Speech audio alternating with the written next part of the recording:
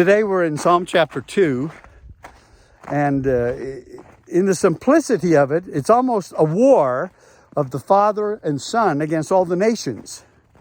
And so here's what the writer says: worship the Lord with reverence and rejoice with trembling.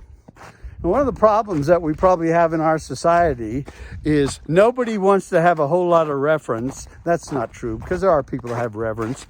But there's little reverence and there's little trembling before God. And oh, that we would be a people that would learn from Psalm chapter 2 that we have a responsibility in worship and in rejoicing.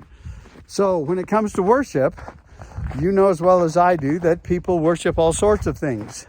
And the text tells us, giving us guidance, that we are to worship the Lord with reverence. This word reverence speaks of that awesomeness of God, but it also speaks of the fear of God. And in order to fear God, we have the responsibility to hate that which is evil and to love that which is good. So when we come before the Lord in worship, we do bow down. We do humble ourselves. There is a quietness about all that, even though there might be rejoicing and singing, and it'll tell us to do that too in the Psalms. But there is a quietness of our souls that we come before the presence of our God. Now, usually the time we're the quietest during the service is during prayer and preaching. Most of us don't interject our thoughts in preaching. We just listen to the sermon and we ask God to teach us from His Word. So we find ourselves worshiping. We find ourselves committing ourselves unto the Lord our God.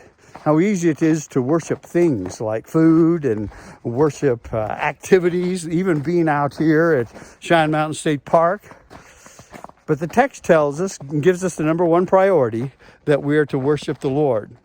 And when we do that, and this might be a challenge for our children, for young people, because it says we're to rejoice with trembling. I don't know when the last time, or if you remember when you were younger, and your parents said, okay, let's get ready for church, and you didn't rejoice. And what you did instead was said, oh man, didn't we just go? And yet, when it comes to worship, I mean, it should be a rejoicing time, and that's what the word that is used here. But it tells us how to rejoice. It says we are rejoicing with trembling. There is that reverence, back to that word, there's that awesomeness of God, that we know this: He is God and we are not. So do we rejoice with trembling?